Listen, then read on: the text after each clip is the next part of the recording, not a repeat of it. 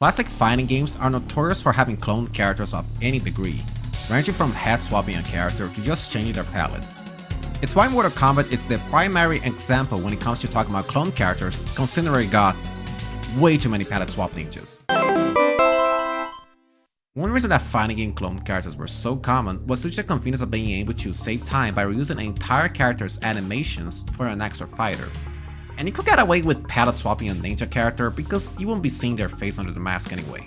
The curious part about this is that there is context for every single one of these characters over the years, and I always found it to be quite captivating. So in this video, I'll talk about how Mortal Kombat went from just having this to having all of these.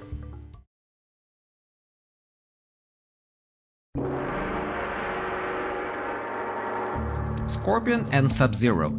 It's a tale as old as time. Sub-Zero is a palette swap of Scorpion and they each have their own unique special moves. But there was a third green ninja character in the game hidden away, known as Reptile, and he was the first secret character in a fighting game ever. Reptile debuted in the first Mortal Kombat as a secret boss character who would rarely appear at the start of a match to give a vague hint on how to fight him. Finding Reptile was extremely demanding, but it was the ultimate bragging right if you ever managed to pull it off. Upon facing Reptile at the bottom of the pit stage, his moveset is a hybrid of both Scorpion and Sub-Zero, having all of their special moves. Get it? Because he's a mix of both, and green is a mix of yellow and blue? It's easy to imagine why this was such a cool secret to be had in a fighting game. It's the kind of thing that sounds like a mysterious rumor until you get to see it for yourself. It's a very novel concept, and Midway Games definitely saw success in this approach as they will try it again later.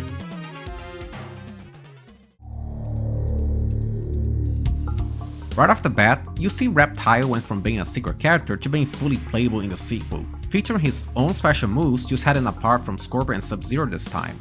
Not only that, but Mortal Kombat 2 introduces a new blend of character palette swapping, with the addition of the female ninja characters Kitana and Mileena.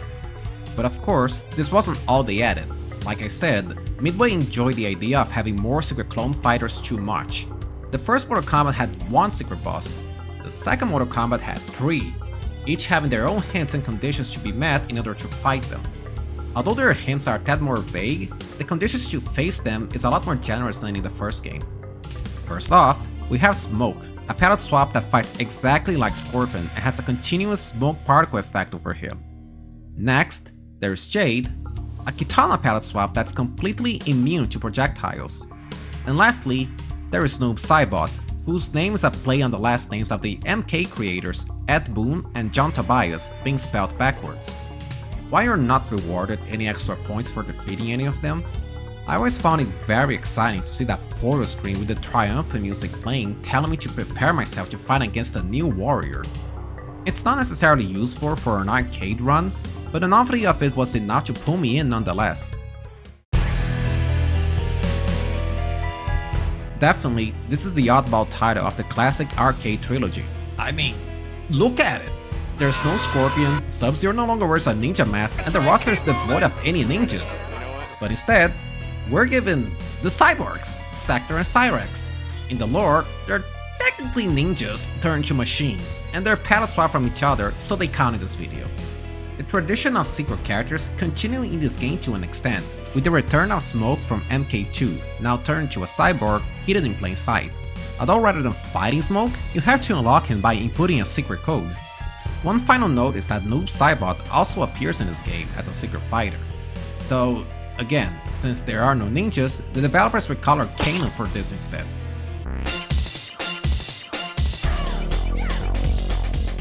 A few months later, probably after regretting removing the ninjas, Midway released an update for MKII, bringing back the beloved mask-wearing warriors. Scorpion makes a much needed return, Kitana is back, Jade is now playable, and Smoke is available by default. Thank God because my Smoke main. The treats didn't end there. You can probably guess what these 3 slots have hidden behind them. Once again, by inputting specific codes, you can unlock Mileena, the cooler Sub-Zero, and the brand new palette swap family member Ermac. This requires a bit of extra context that I didn't mention yet, but back in the days of the first MK, there were many rumors about another hidden red ninja called Ermac. So much that the rumors were spread to the Electronic Gaming Monthly magazine, where someone named Tony Casey swears he fought the red ninja, and for the longest time, Rumors had it that there was a glitch that turned Scorpion red. All of this was proven false, however, and what started this rumor was the audits menu of MKII, which had a listing titled Ermax right under Reptile battles, making people assume it was yet another secret boss. Though Ermax was short for error macros, and it was intended for detecting errors in development. The rumors got so out of hand that MK2 would even subtly make fun of the idea until they decided to give in and just make it playable in Ultimate MK3. By the way, did I mention you can play as not one but two smokes now? And yes, I made him too. Look at how sick these combos are! Yes, the Ultimate MK3 Ninja Buffet isn't over yet. Quite unheard of for a home port of a fighting game, but Ultimate MK3 for the Genesis and the Super Nintendo adds 2 extra playable ninjas. This may or may not have been done to compensate the removal of Shiva in this port in order to make up space for the extra ninjas, but this is all just speculation from me. Noob Cybot, who wasn't playable until now, was included in the roster with his own moveset, and Rain, a purple ninja who can wield water and summon lightnings, were added to the home ports. Rain in particular was just a joke addition in the intro of the arcade release of Ultimate MK3, where he appears for a split second, intentionally meant to bait people into creating rumors, as confirmed by Ed Boon himself. The idea for Rain's design is born from a Prince song named Purple Rain, and then, almost a year later, the joke would be made into a real character anyway.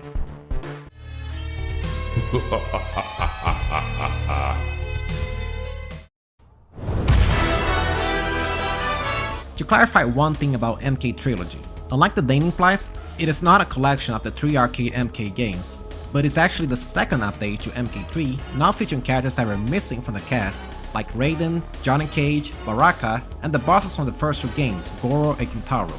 This time, there are no secrets attached to the previously introduced ninjas. They're all here, right on your face for you to just pick and select. Definitely can feel like an overwhelming amount at once, but at least that's all of it, right? Okay, so MK Trilogy features a little extra hidden character, and you guessed it, it's another ninja. This time it's Chameleon, a combination of all the ninja guys we had so far, cycling between each of their moves at random during a fight as evident by his current palette. But I'm not done yet! The Nintendo 64 port of MK Trilogy did not feature Chameleon, but instead featured Chameleon with a K, who was instead a combination of all ninja girls. You know, for ninjas, they're terrible at keeping themselves hidden, but at least there are absolutely no more MK Special Forces is a PS1 action-adventure game starring Jax as the main protagonist. It played like garbage and everyone hated it. But there was one thing of notice to MK fans. That's right, more ninjas! One of the bosses in the game just so happens to be a designed duplicate of the previous ninjas called Tremor, with no in-game explanation or lore given as to why. All we know is that he's part of Kano's Black Dragon clan. A long-time rumor has it that Tremor was meant to appear in Mortal Kombat Trilogy, with the biography in the manual for Rain actually being made for Tremor all along, since it doesn't fit Rain's story. But I could not find any direct sources to confirm this. The fan website Mortal Kombat Online did have an interview with John Tobias on the character, and he had this to say. I do remember having big plans for Tremor, but when I conceived him, he wasn't a member of the Black Dragon. He was a Link Wing hired as muscle by a madman who was trying to open a gateway between Earth and Outworld. I remember so many people wanting Tremor to return, and it didn't go unnoticed by the studio. When the 2011 Mortal Kombat game was ported to the PlayStation Vita, it came out with extra challenging missions that featured Tremor's return. It wasn't anything mind-blowing, but it was a bone thrown for all the Tremor enthusiasts. And a while after the release of Mortal Kombat X, Tremor will finally make his proper play with the build as part of the final DLC pack.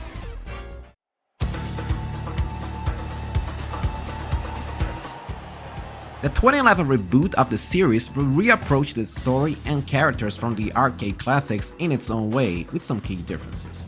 For example, if you wanted another colorful robot, Sub-Zero gets turned to a robot this time. There was one other fighter added as DLC named Scarlet. The design inspiration was fueled by a long-time MK2 rumor about a supposed palette glitch that turned Kitana's costume red. Even though this was confirmed to be false by Ed Boon himself, it didn't stop the developers from working with the idea anyway, and she was even given classic-style palette swap costumes.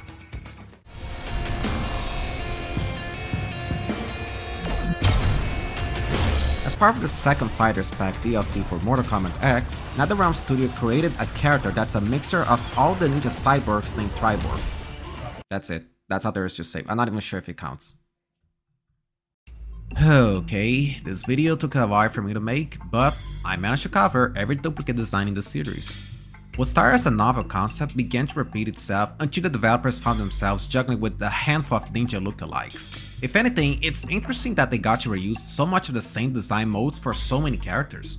Granted, it's hard to be mad at this nowadays, considering that in retrospect, these were pretty neat in their own context, and thankfully, all the palette swapping got replaced with proper original designs over the years. I can imagine the confusion a lot of people may have had with this rainbow of ninjas from surface level, so I hope this helped clear up any potential doubts out there. As usual, if you liked this video, let me know if there are any other topics you want to see me talk about. If you would like to see more stuff from me outside of YouTube, consider following me on Twitter and also on Twitch, where I stream art every Saturday and games every Sunday.